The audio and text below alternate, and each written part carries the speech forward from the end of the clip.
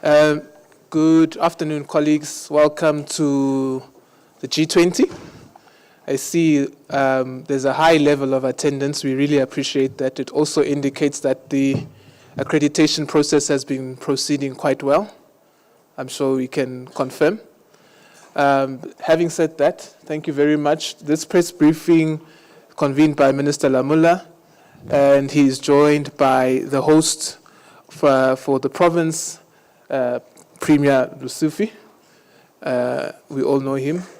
And on the right is the Minister for Finance, Minister Enoch Godongwana. Minister, I would now like to hand over to you to then read out our press statement, which we'll share immediately after the Minister is done. Thank you very much.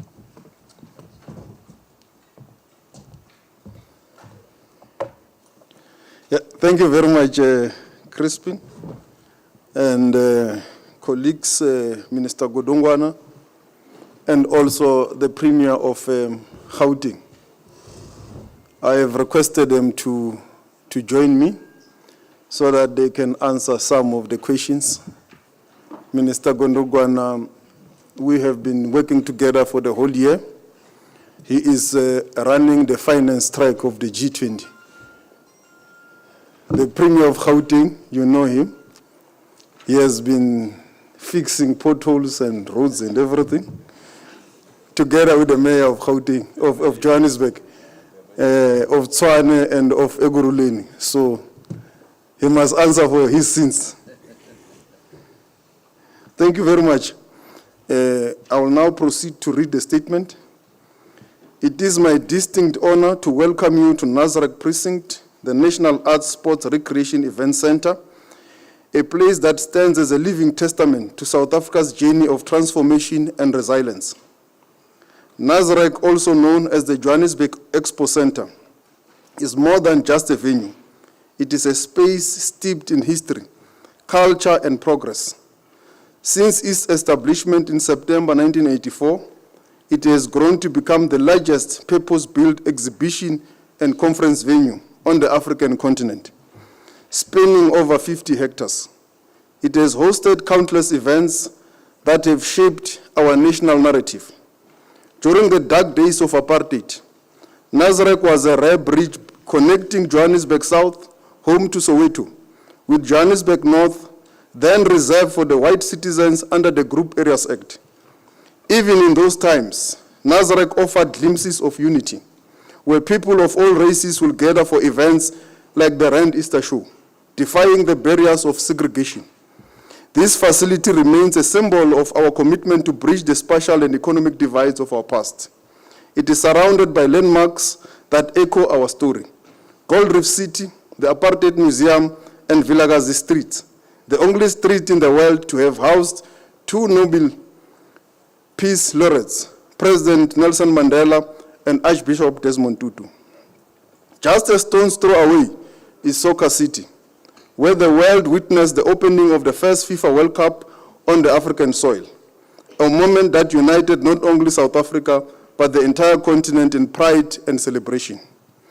It is against this powerful backdrop that we gather today as South Africa proudly leads the G20 presidency, a historic milestone that places our nation at the center of global dialogue and cooperation. Our presidency is a call to action as the last nation of the Global South to hold the presidency in this cycle, a call to bridge the developmental divide between the Global North and the Global South, to champion equity, sustainability, and shared prosperity. We have invited you here today to brief the people of South Africa and the world through you in the progress we have made during this year's long journey of leadership, diplomacy, and transformation. Let Nasrec remind us that where divisions once stood, unity can rise, that where exclusion once ruled, inclusion can flourish, and that South Africa, with its rich history and unwavering spirit, is ready to lead the world towards a more just and connected future. This major gathering takes place where South Africa's economy is beginning to turn the corner. The winds of change are no longer on the horizon, they are here. Our network industries, once strained, are now stabilizing.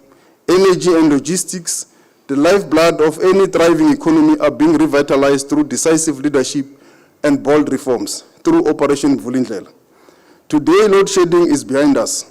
This remarkable turnaround is thanks to the capable and visionary leadership of Minister of Electricity, Khosi Etso Ramokgopa, Mr. Mteto Nyati, the chairperson of the board, and the operational excellency of the EXCOM CEO, Mr. Dan Marukana. Together, they have steered the nation into a new era of energy security. This progress is not isolated, it is part of a broader wave of reform driven by Operation Vulindlela under Minister Gondongwana, which continues to unlock South Africa's economic potential one sector at a time. The official unemployment rate fell to 31.9% in the third quarter of 2025, from 32.9% in the second quarter. South Africa is out from the grey FATF list. This wave of positive sentiments was amplified last week, November the 14th, when S&P Global Ratings delivered South Africa's first sovereign credit rating upgrade in nearly 2 decades, raising the long-term foreign currency rating from BB to BB with a positive outlook. The upgrade cited stronger growth prospects, improved fiscal consolidation, and reduced contingent liabilities, particularly reflecting improvement in the energy sector. While South Africa remains below investment grade, the upgrade is significant. It lowers borrowing costs, broadens the investor base, and signals renewed confidence into the country's reform trajectory. Our sports teams are also flying our flag very high. The Springboks are in imposing form. Our cricket team defied all odds this week, clutching victory when it seemed impossible, the ladies' cricket team. Bafana are back with a bang. They have qualified for the World Cup for the first time since 2002. The list of positives is endless. The sky is the limit. It is in this context that the G20 is taking place on the South African soil. There is no doubt that we still have challenges to contend with: the crime, corruption, achieving higher level of sustained economic growth, and more jobs. But all these challenges are not insurmountable. We have proven that we are a resilient nation. As we stand at the final stages of our historic G20 presidency, the first ever on the African soil, we do so with pride and purpose. Of the 133 official G20 meetings, 130 have already taken place, with the 4th Sherpa meeting, social summit, and the Leaders Summit set to conclude this transformative journey right here in Johannesburg this week. When South Africa assumed the G20 chairship last year, the world was navigating a precarious geopolitical climate. Our response was clear and courageous. The world needs more solidarity, equality, and sustainability. These are not just words, they are the pillars of our presidency, rooted deeply in the African philosophy of Ubuntu. Ubuntu reminds us that I am because we are, a timeless truth that resonates with the global commitment to Agenda 2030 and Sustainable Development Goals, especially the call to leave no one behind. South Africa's G20 presidency has not only elevated African voices, it has galvanized global momentum towards a more inclusive, equitable, and a sustainable future. We are not just participating in global affairs, we are determining to shape them with all our partners in these global platforms.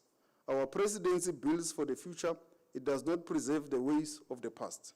Our presidency has been anchored on the 4 overarching priorities that President Cyril Ramaphosa declared or mentioned when he launched the G20 themes and presidency earlier this year.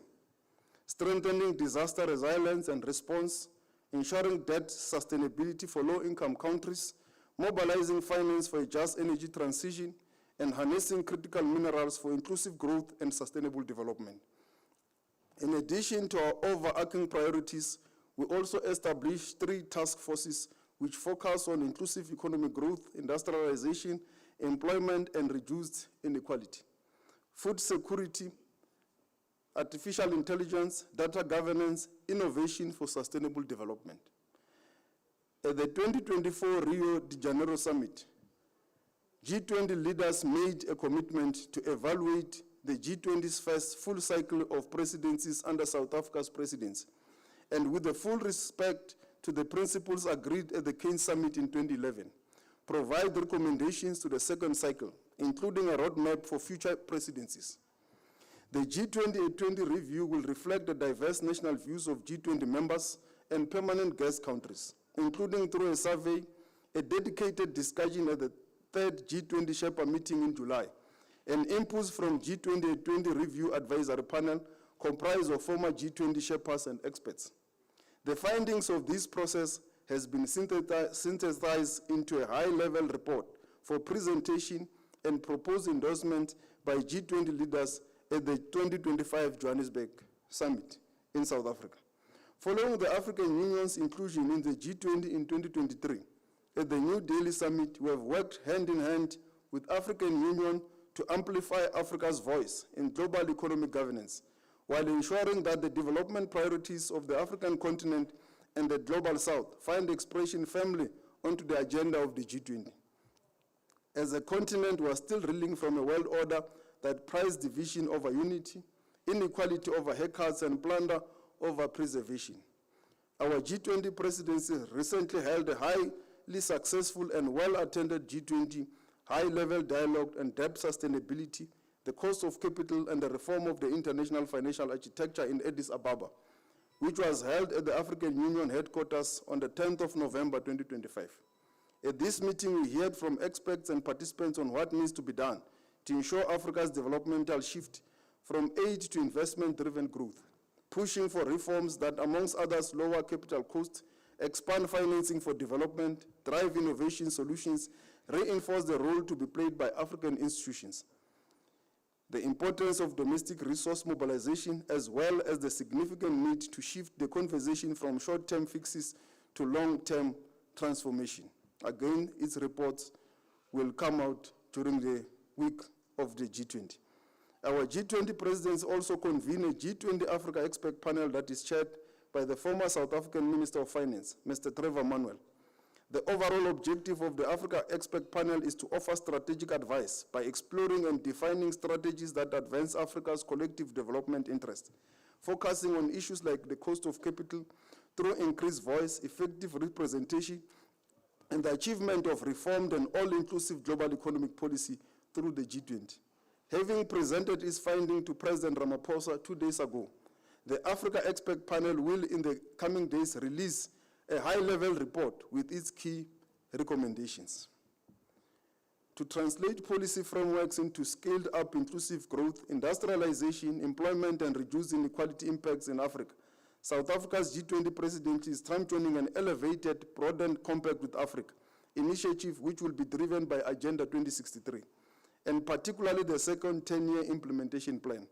The Compact with Africa, co-chaired by South Africa and Germany, is designed to facilitate economic reforms across the continent and to attract investment from pools of private sector funds in the global north. We further convened outreach meetings on food security in Cairo and on industrialization in Abuja in Nigeria, respectively. Since South Africa took over the G20 presidency, President Ramaphosa committed to building a better Africa and ensuring inclusivity. The presidency has focused on advancing the global south and Africa's economic financial interests. We have also advocated for a significant reform of the international financial architecture to make it more equitable, inclusive, responsive to the development and climate financing needs of developing countries, particularly Africa.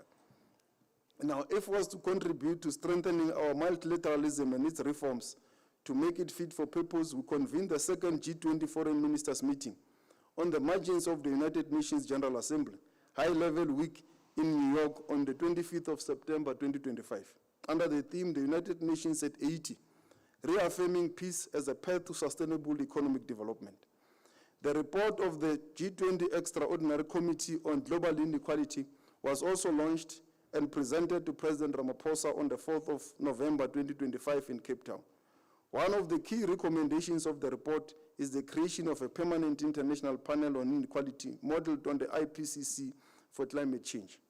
This will ensure that inequality continues to be discussed by leaders as an ongoing topic in the G20 and beyond, and including in other multilateral platforms, serve as a legacy for South Africa's G20 presidency.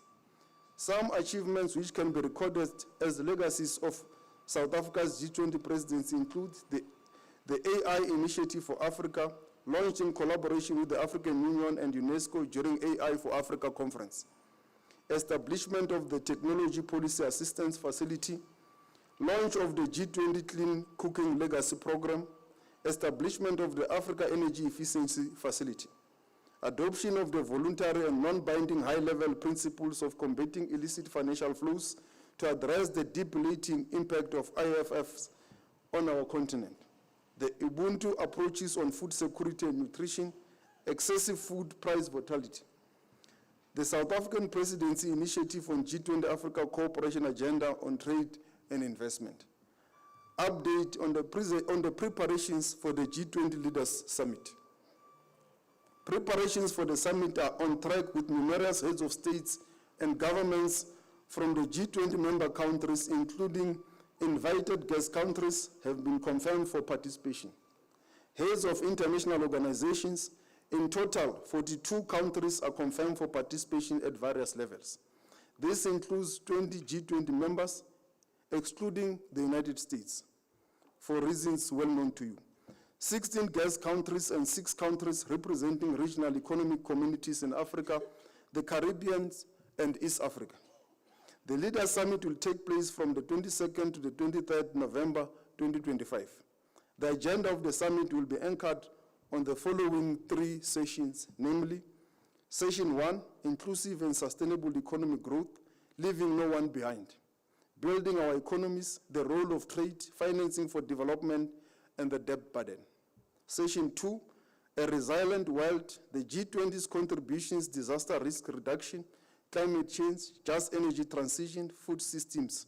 And Session 3, A Fair and a Just Future for All Critical Minerals, Decent Work, and Artificial Intelligence.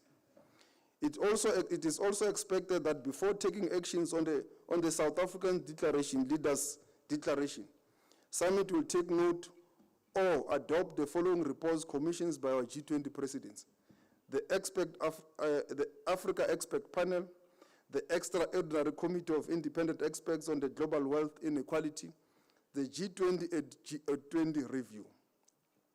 High-level sides events, including the IPSA Leaders Meeting, the Global Fund 8th Replenishment Meeting, the High-Level Renewable Energy Pledging Event, a Compact with Africa event, a Disaster Risk Reduction Meeting, a meeting with Africa Heads of State, and special South Africa-EU Summit are set to take place on the margins of the Leaders Summit. So that is the calendar for you. I hope you will be able to divide yourself to attend most of them, or some of them, when you are called upon for the press briefings.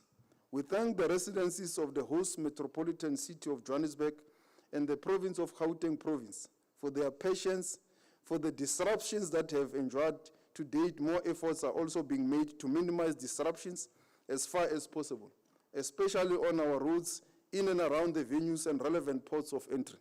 And I want to thank also the Premier here of Gauteng, the Mayor of the City of Johannesburg, for the work that they have done. Their work is visible. We have seen how hosting a major event of this magnitude can be a catalyst for higher levels of service delivery, and look forward to sustaining and expanding the improvements we have seen. I know that there's always criticism when events of this nature come, and I've seen some of it on social media that we were doing all this because of G20. I always like to remind South Africans that this skepticism is something that we also heard a lot prior to the 2024 national general elections on load shedding. When we were saying at that time there has been a sustained period of no load shedding, they said, yeah, no, it's because we're going to elections. After elections, there will be load shedding immediately. We are now 1 year and 3 months after the elections. There is no load shedding. So it does show that sometimes you do need events to turn the situation around. And I believe the province of Gauteng has used this event to turn the situation around, and they've used it as a catalyst. They can only sustain it moving beyond this point. Update on the preparations for the G20 Social Summit. Preparations for the G20 Social Summit are going well, with 5,000 people expected to attend the summit at the Beachwood Hotel in Boksburg, east of Johannesburg. Of that, 4,050 will be from civil society and various engagements groups. Communications and branding are underway, and GCIS has provided the support for that meeting. There will be several exhibitions at the venue, including the Department of Small Businesses and so forth. The presidency has commenced with negotiations of the South Africa's declarations. Sherpas Virtual began online negotiations on the declarations on the 10th of November 2025 and started the in-person negotiations yesterday. On 16 November 2025, at the fourth Sherpa meeting, which is scheduled to conclude on the 19th November 2025. We have a strong belief that with those who are present, consensus can be built for the Leaders Summit to be able to adopt a declaration. I hope you are noting that. Our emphasis is that with those that are present, we should be able to build consensus for the adoption of a Leaders Declaration. Negotiations are still ongoing, and at the right time and at the right level, announcements will be made in that regard. The draft South Africa's declaration focuses on the global development agenda and on the number of issues I have already mentioned. South Africa views the diversity of the G20 nations as a strength rather than a source of division, and has preserved the unity of the group in pursuit of its priorities. We have done everything possible to encourage robust engagements to allow the negotiations to happen in an open and fair platform. Even with the US, when they raised concerns, we did our best to accommodate them, and they did come back into some of the meetings. At some point, it was indicated that there will be fully participants, and including at the Leaders Summit, that they will be represented at the vice president level. But they have now decided, out of their own volition and not being pushed out of the G20 by South Africa, our doors remain open for them if they want to participate at the leaders level of the summit at the right level. The doors are still open because they are not expelled. They decided on their own. So from this context, we are ready to proceed with the meeting and with those that are present to negotiate and come out with outcomes of the declaration. It is our firm belief that the outcome of the South African summit will be ambitious and leave a lasting legacy for the cause of the African continent, the global south, and for the people of the world. I thank you.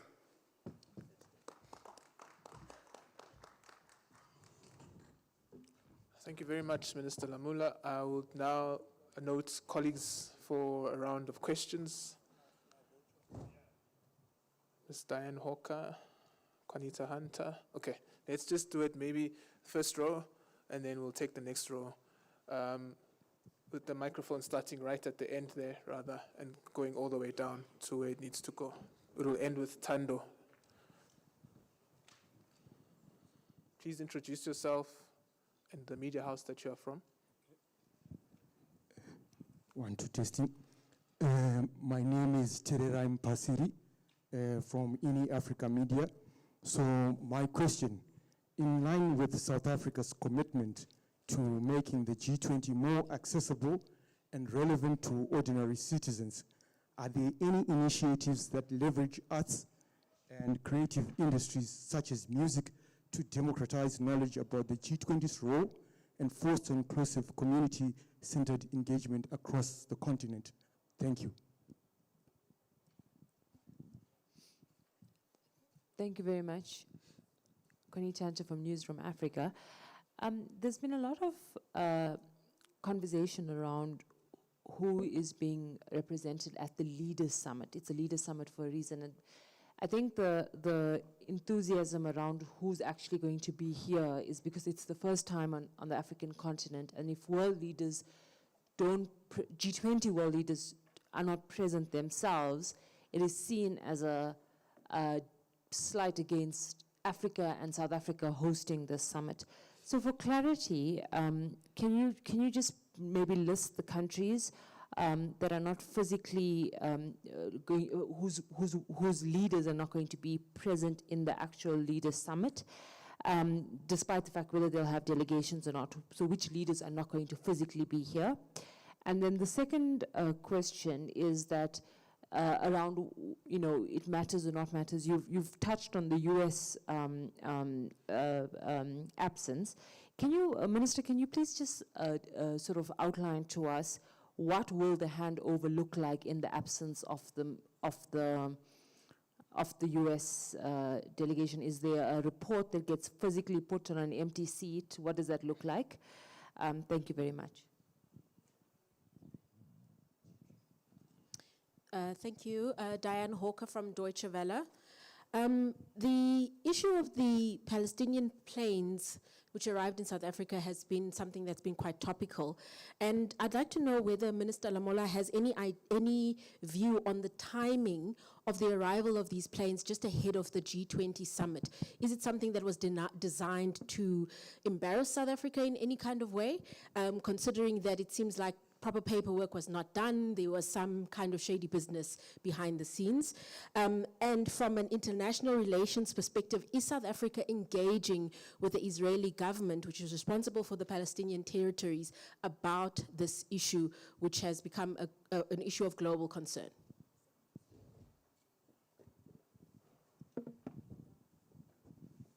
Thank you very much. Vitaly Markovic from Tass News Agency. If South African government assess the move from from Washington as the boycott or something else. I mean that not appearance of U.S. delegation on G20 summit. Thank you. Good afternoon. My name is Thando Mayako. My question was for the Minister of Finance, but I don't see him anymore. Or, okay, it's specifically for him because it's a issue for the finance track. But okay, the B20 is calling for lower risk ratings for long-term infrastructure under Basel III, arguing that it would unlock billions for development. First question is... Thando, let's wait for the Minister. Yeah. She did say, though. Yeah. She really did say. You did warn us. Thanks. Thank you. Good morning. Nokanya Mdambo from Eyewitness News. Just to add to Konita's question, please, on the handover process. Obviously, the report here and the handover to the next presidency is ceremonial at the Leaders Summit itself, but can you perhaps, Minister Lamola, take us through the process, the diplomatic process, if there is any, for the handover post that? Would it be something that's then discussed at the Troika level? Because I would imagine you'd want the US to get that report, the declaration, if you do reach one. And then just on that as well, judging by US President Donald Trump's stance on Africa and his history with Africa, the likelihood of him perhaps not taking forward the Africa agenda under his presidency are high. What's the workaround there? Because South Africa would have worked quite hard throughout the year trying to make sure that the Africa agenda is on the table. And I don't imagine you want that to be dropped post this, so what's the workaround there? Can we also just get a sense on how much you expect to make from the summit overall? If you are able to maybe also just let us know how much was spent in the preparation overall and what you expect your return on that investment to have been. So you mean like a profit, how much you expect to make? Or I mean, what from a tourism perspective, Okay. what are you hoping, how much are you hoping your investment perspective, how much are you hoping you would have clawed out of this? Thank you. Okay, thank you. That's the first round of questions. We will consider taking next round. We will have to take a next round.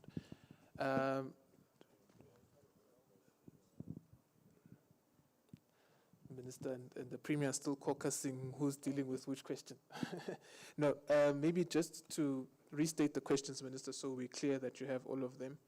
It's an initiative to make the G20 accessible from a cultural point of view and an arts point of view. Then there are two questions around the handover, how it's going to take place. And there's also questions about exactly who is coming. We have a question about the Palestinian issue with the plane and whether we're engaging the Israeli government. Then there was a question about whether we regard the USA not coming as something beyond a boycott.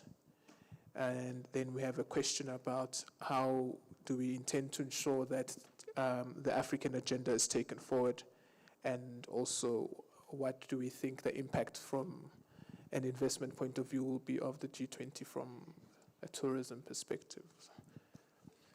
Those are the questions, Premier. Good morning, everyone. Thank you, Minister and Minister Godongwan. From our side as a province, maybe let me respond to what the Eyewitness News have raised.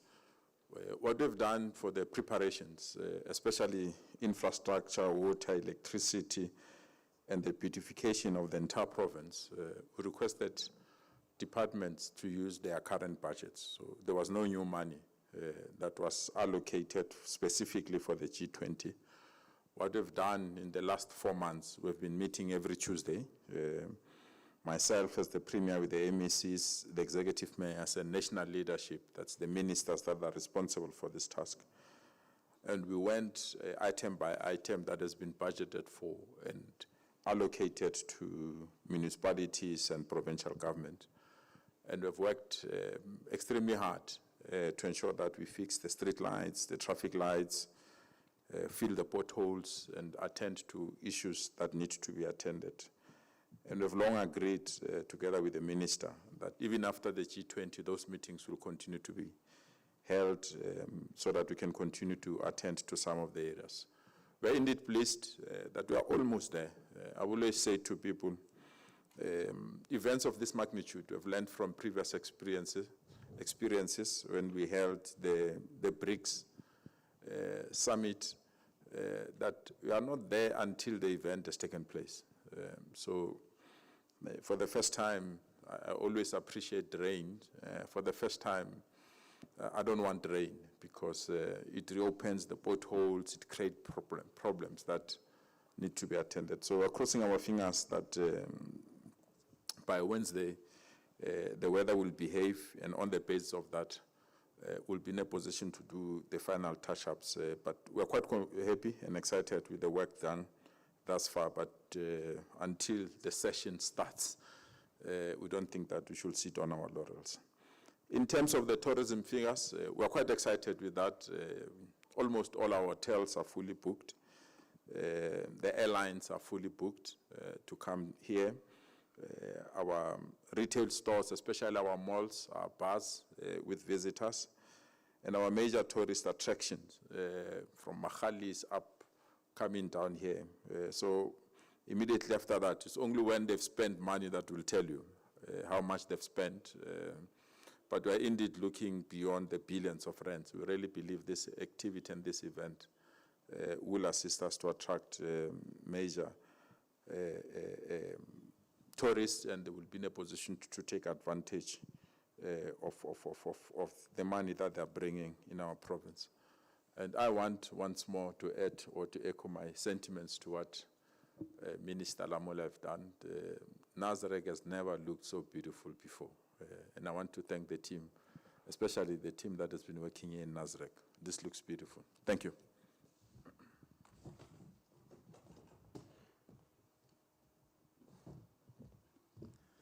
Yeah, thank you very much. On the question of leveraging the arts and the music initiatives, yes, in all the working group meetings, there were lots of arts activities, exhibitions, local talent, and I believe it will also continue this week. In terms of working group discussions, obviously the issues related to the arts will be impacted by the digital and so forth, the working group that it will also come from there. But as you have heard, the list of priorities that we have focused on. The G20 leaders' presence. At this stage, we have got confirmations that only 4 countries will not be represented at the head of state level. They will either be represented at the foreign minister level or Sherpa level, which is the level of representation at the G20 or ministerial level, at the level of the Leaders Summit. So it is Russia, Mexico, and Argentina. They will be present.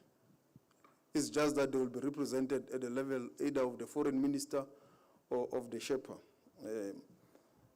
In fact, Mexico and Argentina will be represented at the level, at the ministerial level, foreign minister's level. China will be represented by Premier Li at that level. Whether do we read anything to this as a snub of some sort or undermining Africa? No.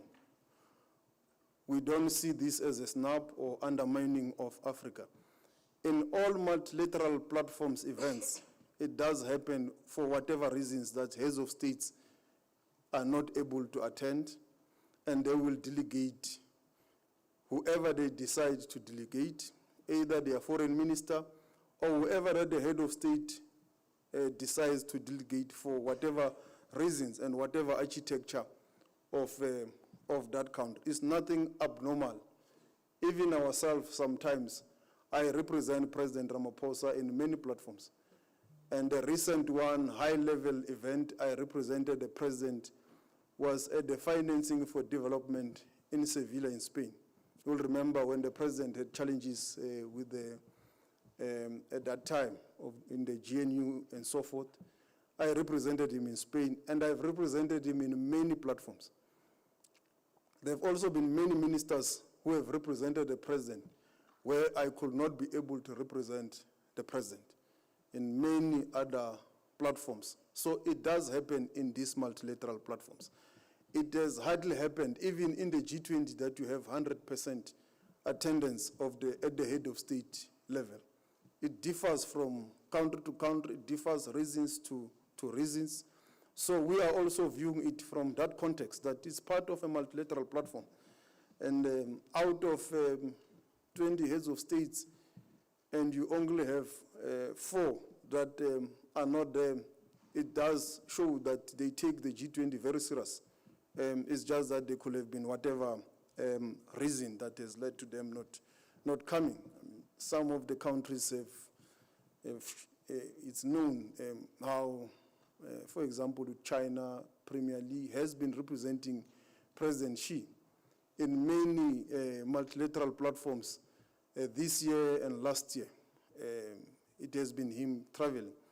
I think President Xi only went to is it South Korea or Japan, where he also had to engage with President Trump.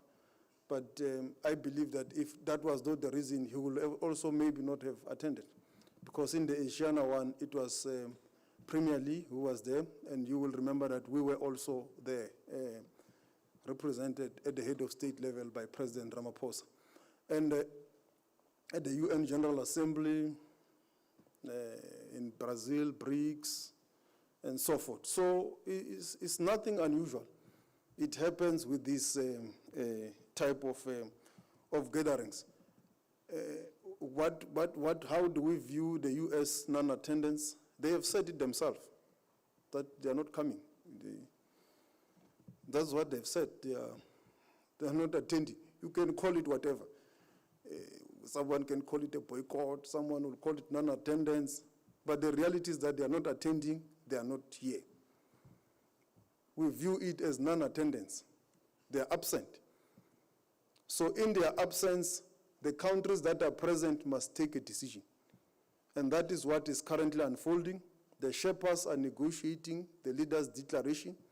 We are moving towards making a decision in terms of in terms of the leaders' declaration. Negotiations are happening. And in the later stage, in the course of the week later, you will hear what is the outcome. But we are forging ahead to persuade the countries that are present that we must adopt a leaders' declaration, because the institution cannot be bogged down by someone who's absent. Because if I'm absent for whatever reasons, if I don't agree with the agenda and so forth, if I have got any problem, I must come to the platform and raise my issues with the agenda. And there are those that are raising it, debates are robust, and that is the nature of negotiations. Because if I am absent and the institution cannot function, it means the next G20, someone will have a reason not to go to the US and cite whatever. Does it mean that, therefore, there can't be a declaration in the US? It moves to UK, someone has another, and it's 20 countries. You can always have a reason in any country. I mean, out of 20, one will have an issue or a reason of some sort. So this can completely paralyze the G20's work and its function. So that's why it is important that a declaration must be adopted by the countries that are present. And with regards to the Palestinian issue, I believe Madiba will also come onto this, not the Palestinian one, the issue of the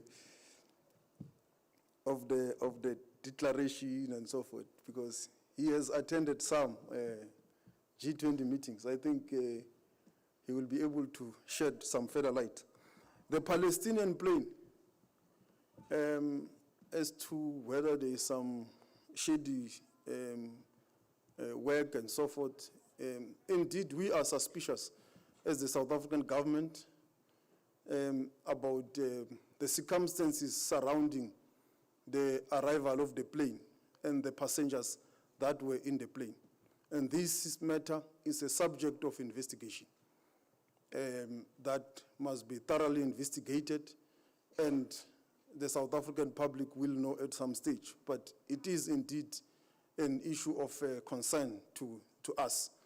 It does look like it represents a broader agenda to remove Palestinians from Palestine into many different parts of the world, and it's a clearly orchestrated operation because they are not only being sent to South Africa, there are other countries where such flights have been sent. So indeed, it's a matter that is being investigated, and we do not want any further flights to come our way, because this is a clear agenda to cleanse out the Palestinians out of Gaza and the West Bank and those areas which South Africa is against. And the issue related to the handover, how it is going to happen. We are here, and we have said we are ready to hand over to the US. But for them to, if they should be, because the handover is really ceremonial. It's a ceremonial, as we say, it's a ceremonial handover. We remain prepared to hand over here in South Africa, in Johannesburg. So they need to, if they want a ceremonial handover, they must come to the Leaders Summit, and we will hand over to them. If they don't come, we will make a pronouncement about the outcomes of the summit, the Leaders' Declaration. So as to how they will start their process, I mean, it will be up to them. Maybe they will call a meeting and say, well, now starting. It's really up to them. Our job will end when there's a declaration and there's an end date. From that date, South Africa is done with its role. We will have handed over to them here in Johannesburg if they come. But if they don't come, we will just issue the declaration. And the US will decide how they want to continue in the next year. But from our side, we'll have done what we're supposed to do, which is to deliver an outcome of the summit. What is our view with regards to whether they will proceed with the Africa? The reality is that with all the issues that we have put on the table, they will now be part of the conversations of the G20 and of all other multilateral forums, because some of them have already been taken over by other platforms like the UN, the Critical Minerals Report of the Secretary General, the Pact of the Future, the Financing for Development in Seville has taken over some of these matters. There will still be conversations about them in terms of their continuity. Even in the G20, South Africa will still be a member of the G20. The African Union on its own is a member, and also all the other countries understand the need to assist the African continent to develop, for beneficiation at source, to deal with issues of disaster resilience, and so forth. So that cannot be wished away. It will always be there. I think that was the last one related to me. So maybe Crispin, you'll request Tando to repeat the question. It was very technical, Madiba. That's why we waited for you. I'm also not technical. Can we get Tando a mic?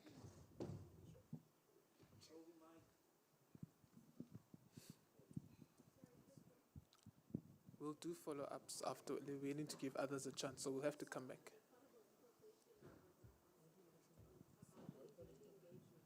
The answer was it's a matter that's still under investigation. Thank you. Mr. Mayeko. All right, thank you so much. My name is Tando Mayeko from the Business Day. My question is about infrastructure financing to the Minister of Finance. Now, the B20 is calling for lower risk weightings for long-term infrastructure under Basel III, arguing that it would unlock billions in investment. What specific proposals is South Africa taking to the G20 regarding Basel III capital requirements for long-term infrastructure financing? My second question is, how confident are you that South Africa can secure broad G20 support for lowering risk weights on infrastructure loans? Let's just get this question out of the way, then we'll take the second round.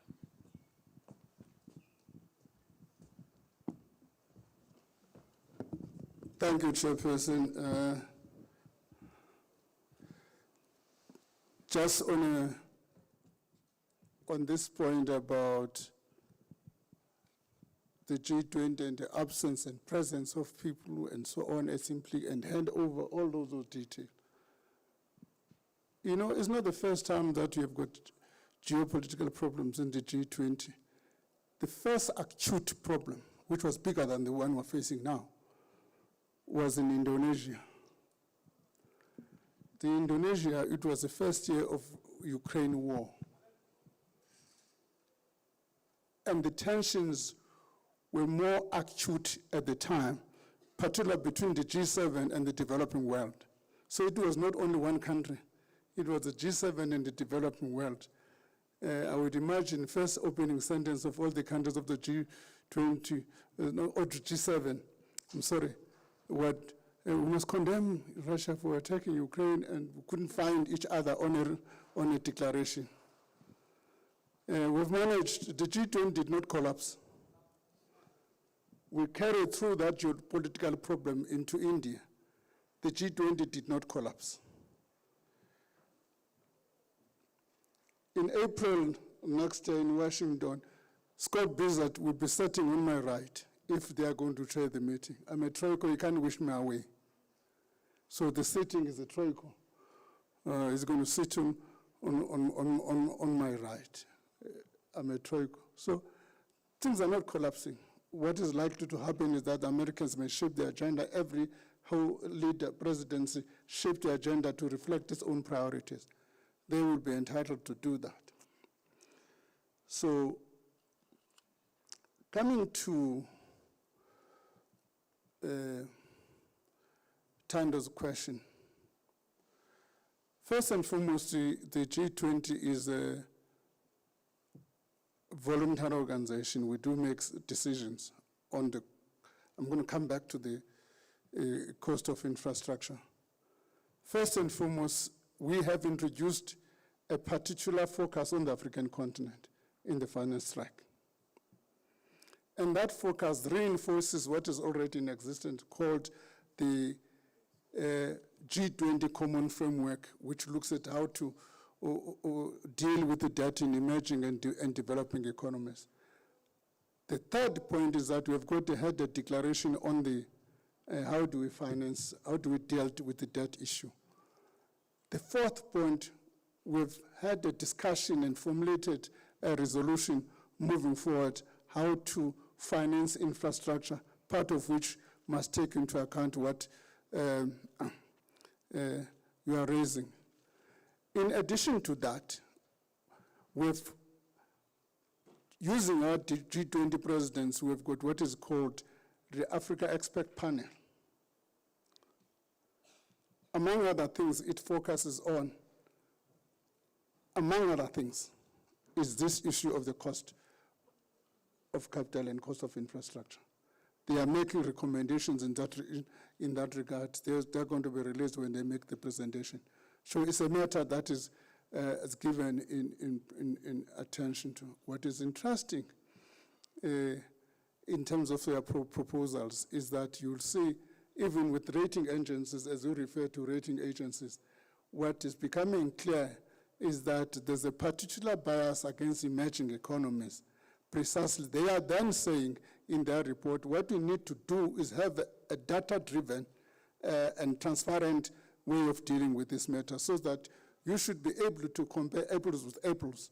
If countries have got the same fiscal metrics, they must be treated the same with the rating agencies. The problem at the moment, that data is not visible to ensure that the accountability and transparency of the rating agencies. So there's a multifaceted approach to deal with that question.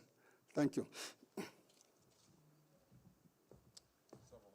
Okay, thank you very much. We will now start the second row of questions. We'll come back to follow-ups if you've already asked your question. Let's start here with Gorge, and then the microphone will come across.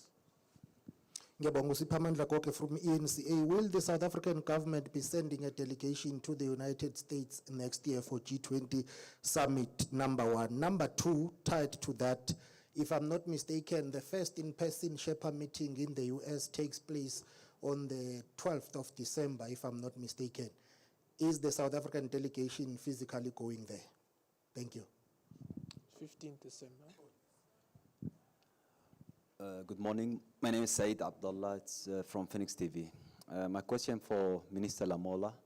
Remember earlier I think it was in February. Can you just repeat your name and the media house, sorry? Said, Phoenix TV. Thank you. Earlier in Feb, during the Foreign Ministers Summit here in this hall, while the journalists were asking about the conflict between Russia and Ukraine, you told them there's a crisis happening in Sudan and no one asking about it. So 9 months later, I just want to say, like as we saw in the last month, and the humanitarian crisis happening in Darfur, etc. So South Africa as a G20 host and as an African leading voice will take a proactive role to address this issue, or it's just going to be within the boundaries of traditional diplomacy? Thank you.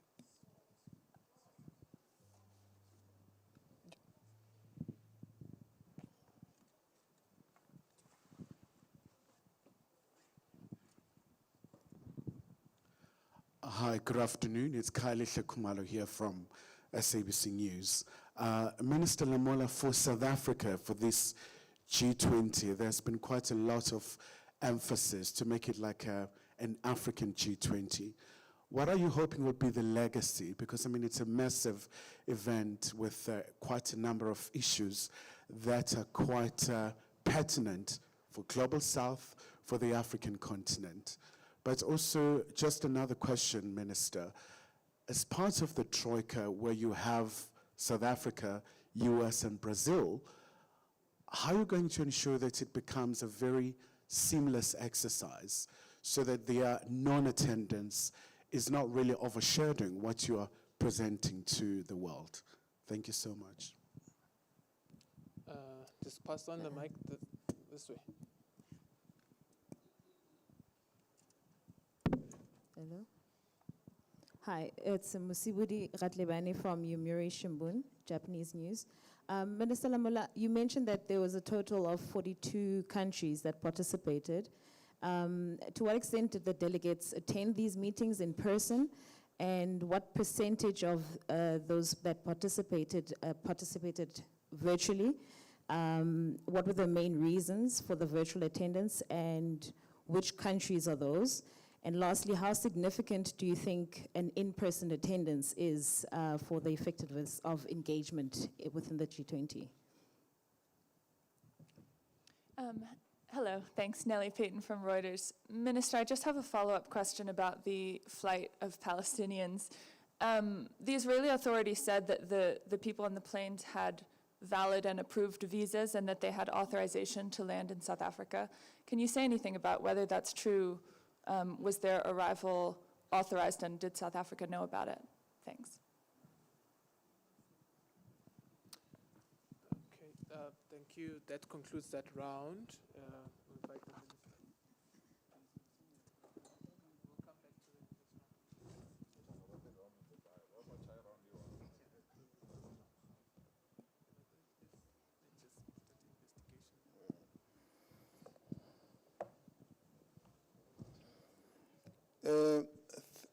Thank you, Goge.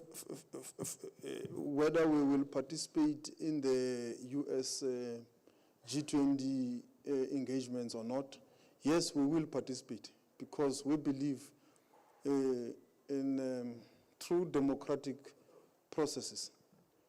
And whatever differences of views with the US, we believe they must be engaged on the table. And we will go to engage in those issues. And that's what we think the US should have done, even in South Africa. They should have come and raised whatever issue that they have with our G20 theme, our agenda, and our priorities, and engage them.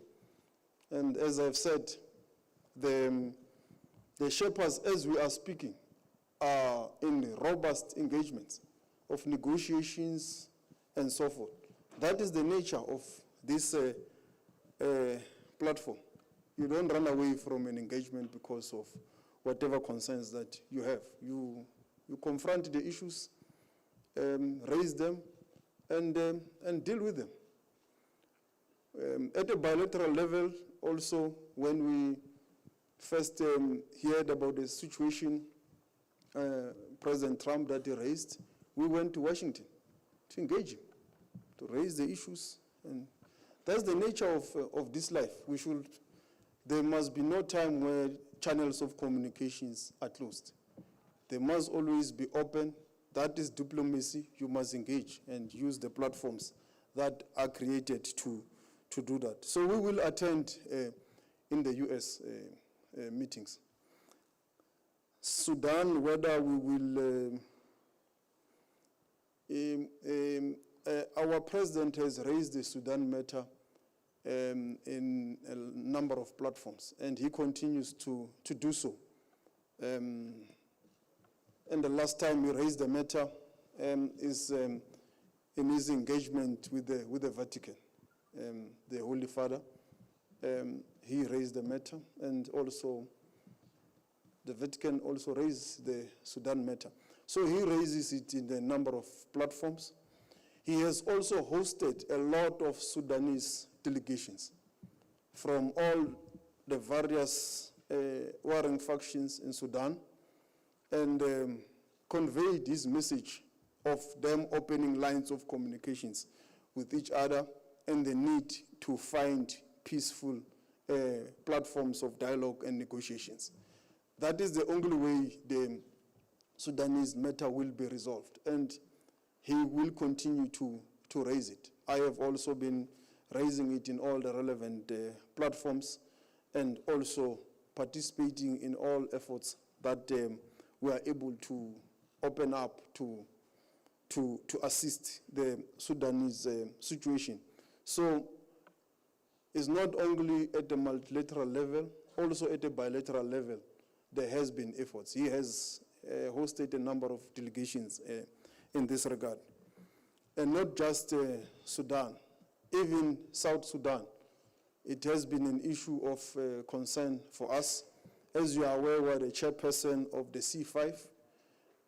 Recently, if I'm not mistaken, it was in October, the Deputy President was in South Sudan to engage with all the relevant stakeholders to ensure and work on to ensure that the revitalized peace agreement does hold, and that we continue to support and assist South Sudan towards their elections in December 2026.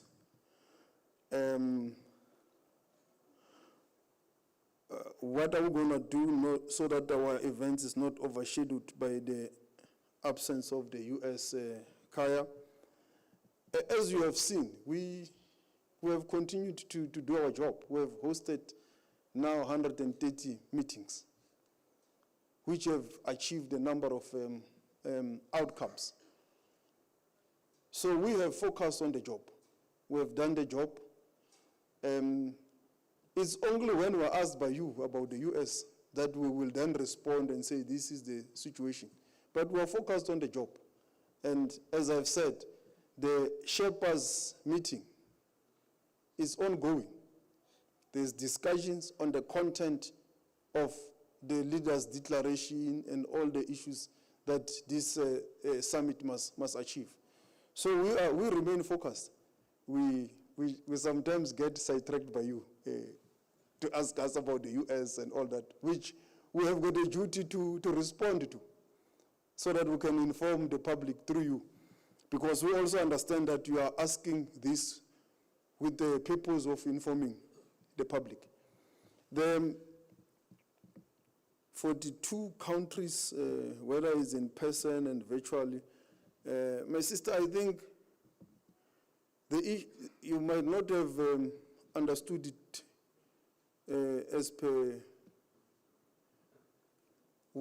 the 42 countries is what will be represented in the Leaders Summit. So the question sounded as if in the previous meetings, how many attended and so forth. So in the 130 meetings, we had a very few which were virtually. Maybe you can indicate how many, but very few were virtual. Most of the meetings were physical, and we have discouraged any virtual attendance. It is the same with the Leaders Summit. All of them will be in attendance physically. So that is the situation. They will be here. These 42 countries I referred to, they will be here, and also the additional multilateral institutions, they will be here in full attendance here.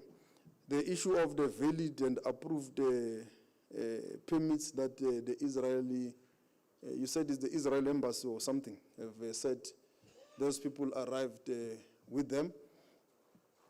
At this stage, the information we have is that they didn't have those required approvals and permits.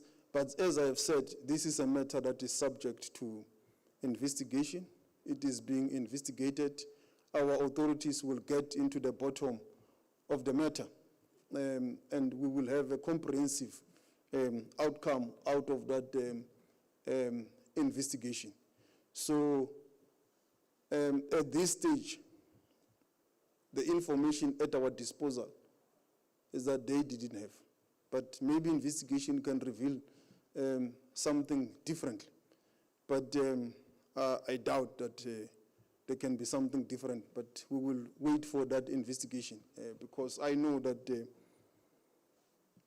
sometimes the embassy does embark on some of undiplomatic commentary in the public of Israel. So at this stage, that is what we have. The information is that they are they didn't have all those required documents. So we'll await the comprehensive outcome of the investigation. Thank you. I think those were the ones related to me. Madiba will deal with this. Maybe, Madiba, let me just come back to the legacy one. But it is in the statement, Kai. I did mention the legacy. Do you want me to go back to it? He concedes, Minister. He's conceding from here. It's fine, we're covered. Okay, thank you.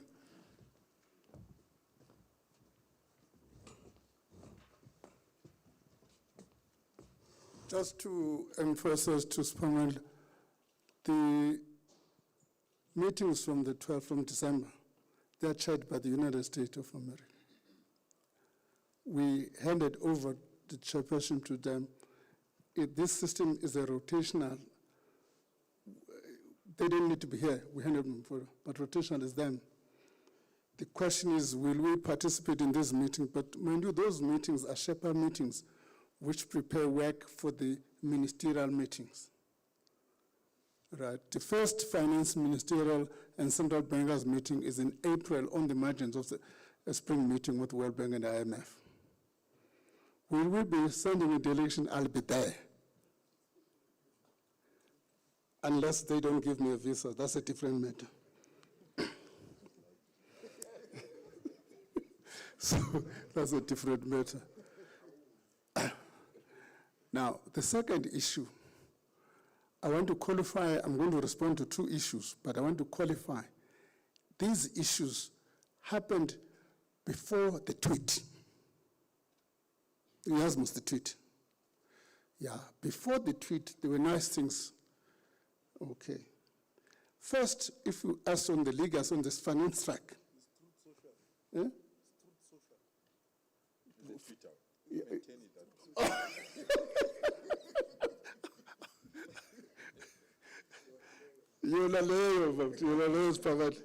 So we had a couple of things, and some of them the Americans said were quite interested in them. We'll continue with them when you take over the presidency. One of which is the infrastructure program.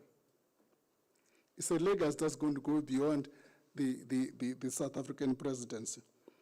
The debt issues, even the Americans said they are prepared to carry those things beyond our South African presidents. To that extent, I'm answering the question of the legacy. So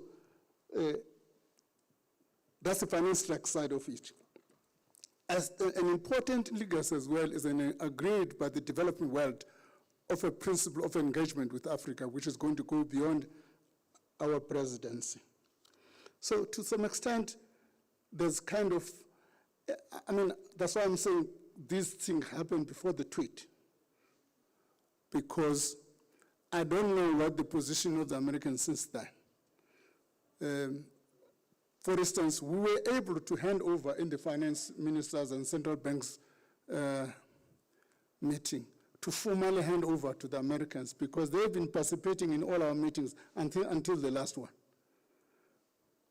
So we're able to hand over. I'm responding to a question about the participation. We've not experienced this lack of participation, even if it's not at a ministerial level. But the Americans have been active in shafting and participating in the finance and central governments. Again, I must qualify, it was before, whatever you call it. Yeah. Thank you. Okay, I'm giving you, colleagues, the last round of follow-up questions because we have the minister here. The week is going to be a very busy one, so I really want colleagues to be sure that they've asked everything they needed to ask. So this is the final round. Can I? Okay, no one else other than her? Oh, okay. Can I start? I'm Minako Sasako from Yomiuri Shimbun, Japanese daily newspaper. My question is to Minister Lamola. And you said that you will attend the U.S. meeting in December, but U.S. President Trump said that they will not invite South Africa. Is it allowed? I mean that the presidency is obliged to invite all member states. What do you think? And the second question is, U.S. will focus on finance track. and they may suspend some Sherpa tracks meetings such as health, climate change, and gender, and so on. What is your counter argument? How important the Sherpa tracks? Okay, but I just want to clarify I'm hearing that for the first time, some of the things that you have said. So I don't know how factual it is, but you, the news people. Ms. Hunter? Thank you very much. Just a quick follow-up. When the minister talked about the negotiation on the Sherpa level for the declaration, the leaders' declaration, who are the countries that are resisting? Because if the US is not in the room, they've said they want to oppose having a declaration of the Leaders Summit. Who is opposing that? And does that amount to an unsuccessful summit? I know the finance minister alluded to it, but just can you definitively say what happens if there's no declaration come Sunday? Okay. Can I also just ask Mr. Joubert to come to the front? He'll deal with some of the Sherpa track questions so that he's the expert in the room. Yes, Ms. Hunter. I think this is a question for the Premier, but any of the gentlemen on the stage can respond. I'm looking at the stage and there's only gentlemen. Maybe something to look at from an equality perspective. You want to come stand here? No, okay. Thanks. Is that an official offer? One of the issues in the G20 is the issue of inequality. And in this province, in this city, inequality is a major issue. We've seen the beautification on the highways, but just this weekend I was in Diepsloot. There's no beautification there. How is, beyond the G20, how is the South African government going to make sure that inequality is not just something that's spoken about, but something that citizens get to see and live and experience an improvement in their circumstances? Last question. Next to Clayson. Oh, sorry, it's yes. me. Yeah. Forgot you again. Hello, everyone. My name is Tando Shope from Reuters. I know Ms. Lamola has answered this question ad nauseum, but perhaps there are new, I don't know, maybe you have a new take on it. But if you could please give us a response about your reaction to President Trump choosing to boycott the G20 in South Africa on his claims of how he says Afrikaners are being treated badly / a white genocide. Thank you. No, you are right. That has been answered ad nauseum. Ms. Ntambo. Nokanya again from Eyewitness News. Minister Lamola, I know you're a little cautious in terms of giving too much detail about the texture and the color of the declaration, but can we ask, please, both you and Minister Gondogwana, to just give us a sense of what some of the sticking points may still be at this point? The negotiations are obviously at an advanced stage, but can we just get a sense of what the tricky aspects of it are, if you can, just a glimpse of?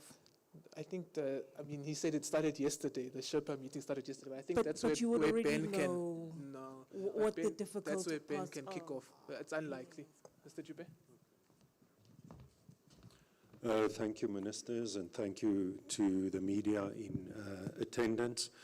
Through you, ministers, very briefly, of course, there's quite a bit of disrespect for multilateralism out there. So what we have at the moment in the Leaders' Declaration is that we, as South Africa, our foreign policy, our stance on many of these issues, or on all issues, are informed by norms.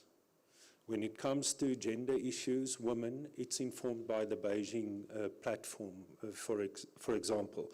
But so the sticky issues we have at the moment are where we differ from, or where certain countries differ from others when it comes to the issues that deal with those norms in those multilateral instruments. So gender is an issue, some climate change issues in the Paris Agreement, and sustainable development goals, of course, would also be a major issue. So there are certain issues where we have to work harder to settle those elements. I think also we need to acknowledge the fact that the Leaders' Declaration that we are working on is something we are working on with everyone in the room. the majority of the countries in the room that are negotiating, as Minister has referred to the Sherpa meeting at the moment, are supporting South Africa's goals to achieve a leaders summit, a leaders declaration for this summit. That means that those in the room, if we do get their agreement on the text that we are negotiating, then there will be a leaders declaration, and we do believe that will happen. The elements in that leaders declaration are the issues that are dear to South Africa's G20 presidency. The 4 priorities cited by our leaders, by our leadership, our working, our high-level deliverables, Task Force 1, 2, and 3, and many of those issues that we, throughout the presidency, have given attention to. I'm not sure, but what I can say about the US attendance and us going to their events in their presidency, South Africa is a member of the G20 group. As a member, you are attending G20 events. It is a matter of going and showing commitment, as Minister Lamola has pointed out, showing commitment to be in the room and participating in those groups that you have committed to being a member of. So if you're a member of a group, you are in these meetings. It's not about attending or being invited or not. It's about attending and living up to the membership commitments that you have made. I'm not sure if I've covered everything, but I'm ready to take anything else. Sorry, there was a question about the US. The US presidency of the G20. They have indicated that about 10 of the working groups in the Sherpa track will remain, and not the 15 we see at the moment. And in the finance track, they're looking at about 3 working groups remaining. Those are the indications, but we do not have the specifics in terms of those specific working groups. What will be the 10 that will remain, but they are very much focused on growth and economy and finance matters. Thank you very much. Dan, let me give you a try. I always argue that if we have to start doing something beautiful, if you start in Soweto, Tembisa will say, why not us? If you start in Alexander, Kagiso will say, why not us? So we are committed to ensure that we make our province beautiful. And we are taking advantage of this event so that we can expand it to cover all our communities. And the good thing is that we meet every Tuesday with all mayors, whether it's a mayor of Morafong or a mayor of Mfuleni, so that we can start to beautify the entire province.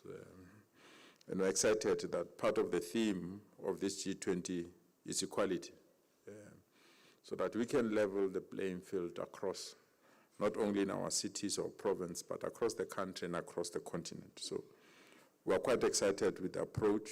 It has taken time. We believe that we have found a formula that will assist us to deal with the challenges that we had. Previously, each city and each municipality was planning alone in their own cocoons. What we've done, we started with law enforcement to ensure that we remove what I can call imaginary boundaries, purely because if a criminal is caught in Germiston and runs into Johannesburg, Ekurhuleni must not retreat. They must continue to chase the criminal, even if he enters Johannesburg. So that's what we've done. We're now doing it to say, which big projects can we plan at the higher level? For example, Gautrain. We're expanding Gautrain to reach other cities. We're planning together. And many other big projects that we really believe that the way G20 has afforded us an opportunity to plan from the center, we exploit that opportunity to expand and beautify all other areas in our community. So we intend to do so. But there's something that was very unfortunate that have developed during this period, that there are some people who hate South Africa, who are South Africans, that don't want to see beauty in our country. They've openly declared that they will vandalize everything that we have built. They vandalize traffic lights, they're vandalizing signage of G20, they're vandalizing some of our street lights, they're also vandalizing some of the strategic resources that we have, especially those that are responsible for distribution of water and electricity. So we had to up some security services to ensure that we protect these installations, because there are people who want to push a narrative that this thing has collapsed and therefore it must collapse. So if you try to improve it, they think that the narrative will be defeated, and therefore they must hire people to steal cables, vandalize the cables, and do all wrong things. So we've learned something, that we must not assume that all South Africans are happy that we are hosting the G20, that not all South Africans are excited that we are indeed improving our cities. I think Minister Lamola correctly captured it, that there are others that are accusing us that we are just putting a lipstick on a pig, that this thing is going to collapse. We are not going into long sustainable resolution to find everlasting solutions to it. And they are not aware the resources that we've amassed and the support that we're getting from national government, and also the grants that we are receiving, so that this intervention is not cosmetic, it's real, it's permanent, and can assist us to really reposition our province. We are also hosting a very big tournament called Live Golf. That's the World Cup of Golf in Steyn City in March. So from here, we are moving to prepare for Steyn City. And Diepsloot will be a beneficiary because that close to Steyn City, so that we can continue to beautify. We are bidding for big events. You've seen that F1 Formula, the likelihood that will come for the first time to our country is there as well, and to our province. So we are not intervening now for G20. We are intervening for major international events and tournaments that are coming to our province, so that we can be in a position to ensure that our province is ready to host and have the necessary expertise and talent and skill to host these big events. Thank you.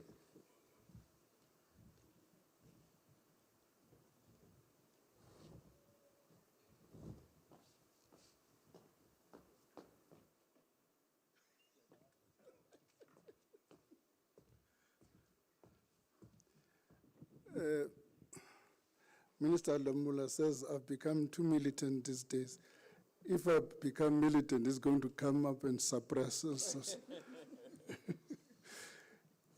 Let me just tell you the following. The people who ask, is there going to be a piece of document coming out of this meeting? Quinita? There will be. The form of that is still going to emerge depending on the outcome of the negotiations of the Shepherd. Let me tell you, there are normally two forms of document that emerge from those meetings. The first one, which is a bonus, is a declaration, which is agreed by everybody else. The fact that the USA is not here does not preclude the declaration. Let me tell you what. If the countries that are participating now agree on a declaration, they can say this is a declaration of the countries that participated, and in so doing, exclude the Americans. Let me just, for instance, in the finance track in Durban, the Americans didn't agree, everybody agreed, and somebody said, okay, why don't you put a footprint, and said all of us agreed, and the footprint, you said the American disagreed. But I'm saying there's going to be, the countries that are present can agree that let's have a declaration which says the countries that are here, which should not be banned and not included. Yes, we are agreed on this declaration. That's a possibility. They may take a soft approach and say, okay, there are other colleagues who feel differently. Chairperson, give us your statement. What is called a chairperson statement. But it's got the same effect as the declaration because the only thing is that nobody contests you much on your content because the content comes from you as a host country in that sense. So there will be a declaration or a chairperson's, there will be a document one way or the other out of the meeting. I want to agree with the gentleman that we are members of the G20. We are not invited member countries. The G20 consists of member countries and invited countries. Fortunately for us, we belong to the category of member states. So we don't need an invitation from anybody. If the United States, because they do not want to participate, the only way they can do it is to decline us visas. But they can't say you are not invited. So we just wanted to clarify that. The last point I want to make, every time we have an event in South Africa, people will remind you, but there are people who are poor, there are people who are doing this. We know that.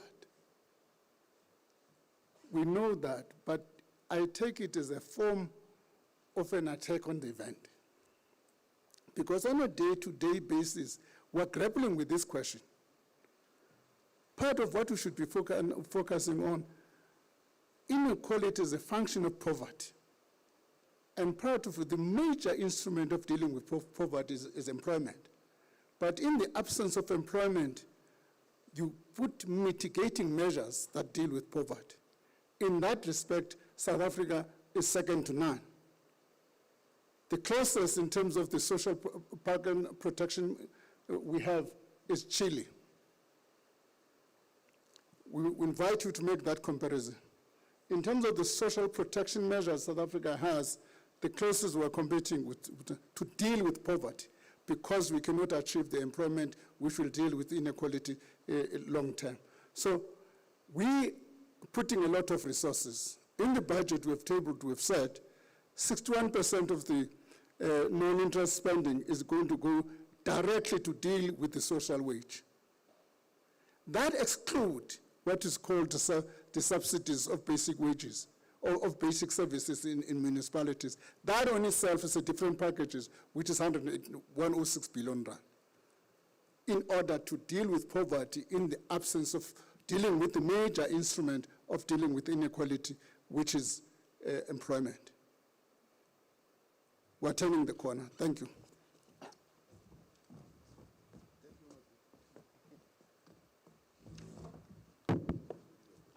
Thank you very much, Madiba.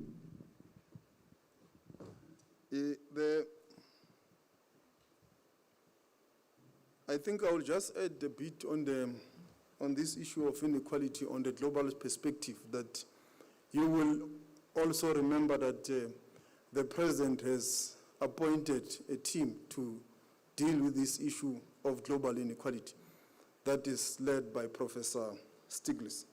And that report is available.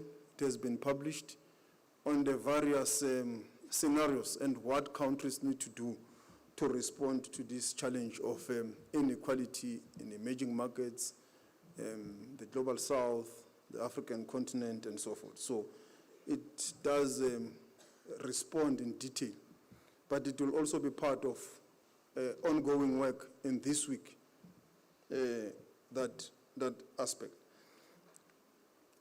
I think the other issue I just wanted to maybe respond to, the inequality, but in the context of our domestic issues, deep slot and all that there is no beautification in some aspects and so forth. The President deliberately chose Nasrec.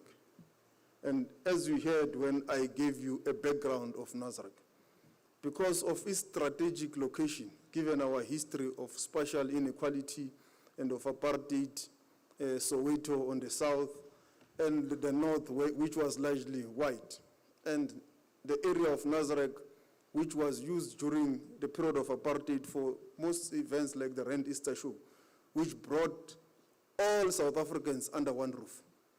So he sees this as an important platform for the global south and the global north to find each other in this gathering and in this venue.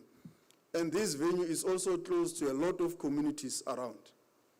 Soweto, the one just next to Nasrec, for Rivoli. So it was a deliberate decision by the president to have it here, so that the people of South Africa are also part of this whole activity. But there's also a lot of historic sites, the Soccer City, the Apartheid Museum, Gold Reef City, and all that have played a key role in our social fabric to build one nation. But also, throughout all the working groups meetings, maybe Madiba forgot to also mention that, have happened across the country. And I think Madiba's meetings, he attended another one in Kruger National Park. It's next to where I come from, but I didn't have the privilege to go to Kruger National Park. But at least I had the privilege to go to Sun City. One of our meetings, you'll remember, was in Sun City. And the first foreign ministers meeting was here in Nazareth. Others were in Gqeberha, in Durban, in Cape Town, and some few were spread across the country. It was a deliberate decision by the South African government to spread all this across the country. In some countries, they just had a whole city. They are hosted only in that city, and there is no spreading. And we are glad we did that, because the feedback we have received has been unbelievable. The people of the world are saying to us, you South Africans, you don't talk enough about your country. South Africa is very beautiful. They rave about our wines, the hotels, the hospitality, the places, the warmth of the South African people. Anywhere, when I meet colleagues of Madiba, whether in other multilateral platforms, they tell me how he hosted them nicely. When I meet colleagues of Minister Tau, they tell me the same thing. Colleagues of Minister Steenhuisen, they tell me how they enjoyed meat. They even know now that there's something called boerewors. And what is this other one? Biltong. They know that there's biltong. They said everyone who says is coming to South Africa, they're looking forward to eat this South African meat called biltong. So it has been a huge success. And I think ourselves as South Africans, sometimes we really do not appreciate what we have and talk much about this great country and achievements that we have taken through for the South African people, but not just for the South African people. When we are in Addis, the Africans, they rave about that, how South Africa as an African country has made them proud by putting the issues of Africa on the global agenda in the G20. They rave about how they are so proud about South Africa. Even when you go to Abuja, you go to Egypt, all of them, they say, you guys, you have made this about us. We feel you are now part of solutions to resolve global challenges. We had no obligation to take some of the meetings to Cairo in Egypt, to Abuja in Nigeria, but it was a political, deliberate decision to send a message that Africa is one and needs to speak in one voice. And when we said this is a G20 where we must put a spotlight on African issues, we meant it, and we worked on it and acted on it. And this is highly appreciated by the African Union in general. So it has been a huge success. And I believe that because you will be here, most of you, when you interview some of the delegates, they will also tell you how hospitable South Africa's G20 has been in 2025. And that's why I feel like we are back in 2010. This is a huge moment for our country, and let's make it work. Lastly, with regards to this issue of declaration and a summary statement that Madiba has eloquently explained, I only want to deal with the fact that it's not a uniquely South African phenomenon. It has happened in other countries that a declaration was not adopted, chair's summary was agreed upon. I think that was Indonesia. In Japan, although they called it a declaration, there were those that were objecting and so forth. So it's part of this multilateral platform. It's not a uniquely South African issue. And if we have been very clear in this press briefing that our intentions are clear, is that we must achieve a leaders' declaration in South Africa. There is nothing that precludes us from achieving it, and that is what we are proceeding in the negotiations, that there must be a leaders' declaration, because the US is absent from the G20 as a member. Therefore, there is nothing that precludes the members that are present to agree on a declaration. But if we do not achieve it, it's still not a failure if we end up with a chair's summary. It has happened in other countries. It does happen in any multilateral platform. And it will not be for the first time that the US withdraw on the eve of any such platform. I mean, the recent one was the one in Sevilla in Spain, the financing for development. And I think also at COP30. So it's not a uniquely South African thing. It's part of this multilateral platform, and ourselves as democrats as we are saying the countries that are present are able to take a decision to achieve a declaration. Thank you very much.